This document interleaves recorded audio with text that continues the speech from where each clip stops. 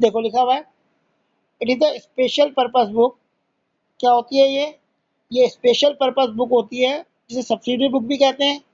General in the cash and bank, इसमें entry होती है और डेट वाइज रिकॉर्ड किया जाता है। क्रोलॉजिकल मतलब डेट वाइज रिकॉर्ड किया जाता है। तो काइंड ऑफ कैश बुक क्या हो गई, दो तरह की कैश बुक होती है। एक सिंपल कैश बुक जिसे हम सिंगल कॉलम कैश बुक कहते हैं, एक डबल कॉलम कैश बुक जिसे टू कॉलम कैश बुक कहते हैं। सिंगल कॉलम कैश बुक में एक ही कॉलम बनता है कैश का, और डबल कॉलम कैश बुक में दो कॉलम बनते हैं, कैश का और बैंक का। ये सिंगल कॉलम कैश बुक का फॉर्मेट है। देखो बेटा, ये रिसिप्ट साइड है, ये जो मैंने बताया था वो ये पेमेंट साइड है। Date particular L F, voucher number नहीं लिखा, अमाउंट, फिर डेट पर्टिकुलर एल एफ, इधर सारी रिसिप्ट आएंगी, इधर सारी पेमेंट आएंगी। जैसे लिखा है कैपिटल आ रही है, सेल से पैसा आ रहा है, इंटरेस्ट से पैसा आ रहा है, या रेंट दे रहे हो तो कैश जा रहा है, परचेज कर रहे हो तो कैश जा रहा है, फर्नीचर परचेज कर रहे हो तो कैश जा रहा है। फिर इसी तरह टू कॉलम कैश बुक होती है, वही सेम बनता है, डेट पर्टिकुलर कैश, या कैश के साथ बैंक कॉलम भी बन जाता है। देखो पहले ऊपर केवल कैश कॉलम है, यहाँ पे केवल कैश कॉलम है, यहाँ कैश और बैंक दोनों बनता है। फिर दूसरी साइड आती है date particular L F, cash और बैंक। तो छह कॉलम, पांच कॉलम, इसमें आपके चार कॉलम बनते हैं, इसमें पांच कॉलम दोनों साइड। कैश वाली एंट्री कैश बुक के अंदर होती है, बैंक वाली एंट्री, चेक वाली एंट्री बैंक के अंदर होती है। तो जैसे जैसे हम क्वेश्चन करेंगे अभी आपको और क्लियर होता चले जाएगा। एक बार इस फॉर्मेट को देख लो, पढ़ लो इस पेज को, फिर आगे करते हैं। तो देखो हमने पूरा फॉर्मेट बना दिया सिंगल एंट्री का। ये आपकी कैश बुक है, ये डेबिट साइड है, ये क्रेडिट साइड है। इसमें आपका that particular L F amount आ गया, that particular L F amount आ गया। तो इसने इसको दो पार्ट में डिवाइड कर दिया, एक डेबिट साइड, एक क्रेडिट साइड। डेबिट साइड में जो कैश आएगा वो डेबिट में आएगा, और जो कैश जाएगा वो क्रेडिट में आएगा। ठीक है, अब देखो इस क्वेश्चन में देखते हैं, एक एक करके एंट्री करेंगे थोड़ा नॉलेज के लिए बस। डेबिट रिसीव, पहला लिखा है balance in cash in hand, पहला पॉइंट पढ़ो 1 मार्च का, देखो 82। तो जो बैलेंस होता है ना बेटा, वो यहाँ पे 1 मार्च लिख के जब भी बैलेंस गिवन होगा तो आप टू कैश इन हैंड जो लिखा हुआ है, टू बैलेंस बी डी लिखोगे, to balance, balance B L, balance लिख के brought down B D, B D लिखते हैं बेटा हम ओपनिंग बैलेंस को, ध्यान रखना। और यहाँ कैश कॉलम में 82,000 आ जाएगा, पहली एंट्री कैश इन हैंड की। कैश इन हैंड का ना हमारे पास इतना कैश पड़ा है कैश इन हैंड में 82,000। सेकेंड गुड्स परचेज, कितना देर का है 20,000। अगर आप गुड्स परचेज करोगे तो कैश जाएगा ना, तो कैश जाएगा तो कहाँ आएगा, क्रेडिट साइड में। 5 तारीख को यहाँ एंट्री हो जाएगी बाय परचेज, मैं पी लिख रहा हूँ, आप बाय परचेज लिखोगे। कितना अमाउंट दे रखा है 20,000, 20,000 लिखा हुआ है। देखो नेक्स्ट 10 मार्च में क्वेश्चन में पढ़ो पीछे, गुड्स परचेज फ्रॉम गणेश दे रखा है। तो बेटा जब भी नाम गिवन होता है ना तो क्रेडिट परचेज होता है, और क्रेडिट परचेज कैश बुक के अंदर नहीं आएगा, ये ध्यान रखना।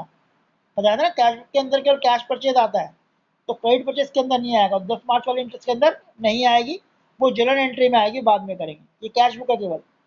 15 मार्च देखो, कैश परचेज फ्रॉम लक्ष्मी, तो ये भी 15 मार्च का कैश परचेज है।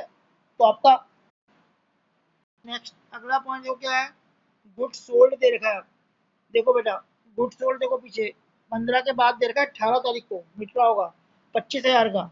तो 18 मार्च को यहाँ पे टू सेल्स आ जाएगा, टू सेल्स।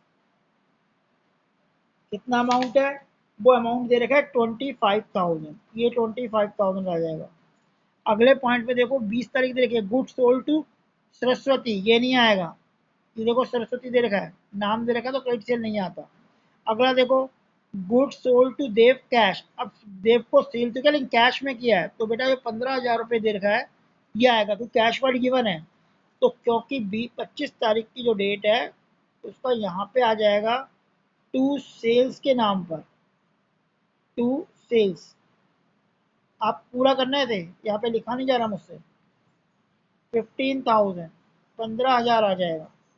अगले पॉइंट में आते हैं, 28 जनवरी को रिसीव फ्रॉम सरस्वती, सरस्वती से पैसा मिला है आपको 30,000, तो बेटा ये तो आएगा ना, कैश आ गया। तो 30 मार्च को आपका टू सरस्वती के नाम पर आ जाएगा 30,000, क्योंकि यहाँ पे कैश आया है। अगला पॉइंट देखते हैं, पेड सैलरी फॉर क्लर्क 10,000, आपने क्लर्क को सैलरी पे करी है, तो बेटा पे करी तो यहाँ पे आएगा 31 मार्च को बाय सैलरी, कैश गया है, ऐसे लिख रहा हूँ, आप पूरा लिखोगे सैलरी 10,000। अगला देखो पेड ऑफिस रेंट 5,000, तो यहाँ भी कैश गया है, तो कैश गया तो क्रेडिट साइड में आर लिख रहा हूँ रेंट, आप पूरा करोगे 5,000। अब ये सारी एंट्री हो गई, अब इसे हम क्लोज करते हैं बेटा। क्लोज कैसे करते हैं, आप दोनों साइड का टोटल करोगे, दो लाइनें छोड़ के।